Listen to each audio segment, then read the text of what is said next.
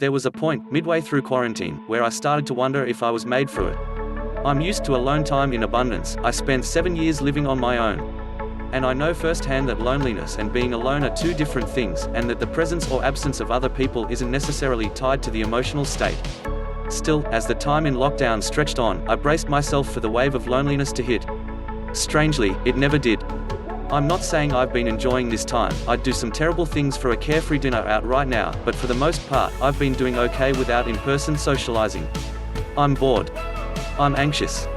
But I'm not terribly lonely. Some people, it turns out, really are less susceptible to loneliness while alone. Or, more specifically, some people have already been living the conclusion of a recent study, that spending time with other people isn't the only way to feel a sense of belonging. And while the country may be inching toward reopening right now, the warnings of new spikes, second waves, and returns to lockdown mean all of us would benefit from getting to know the alternatives. The study, published in the journal Self and Identity, found that so-called non-traditional social strategies, such as playing with a pet, eating comfort foods, listening to music, watching TV, or even following celebrities on social media, can be legitimate sources of social satisfaction.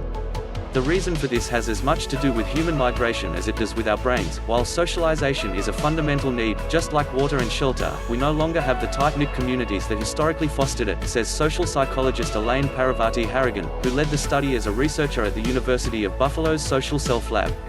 As our society has evolved and changed, we have evolved the ways our needs get met. We've adapted to find connection where we can. Watching Friends can make you feel like you, too, are settling into the sofa at Central Perk. Cooking up your grandmother's lasagna recipe can feel like a moment of bonding, even if you're the only one in the kitchen. In fact, Parravati-Harrigan and her co-authors found that people who turn to these non-traditional strategies aren't any lonelier, less happy, or less fulfilled than those who rely on traditional social sources.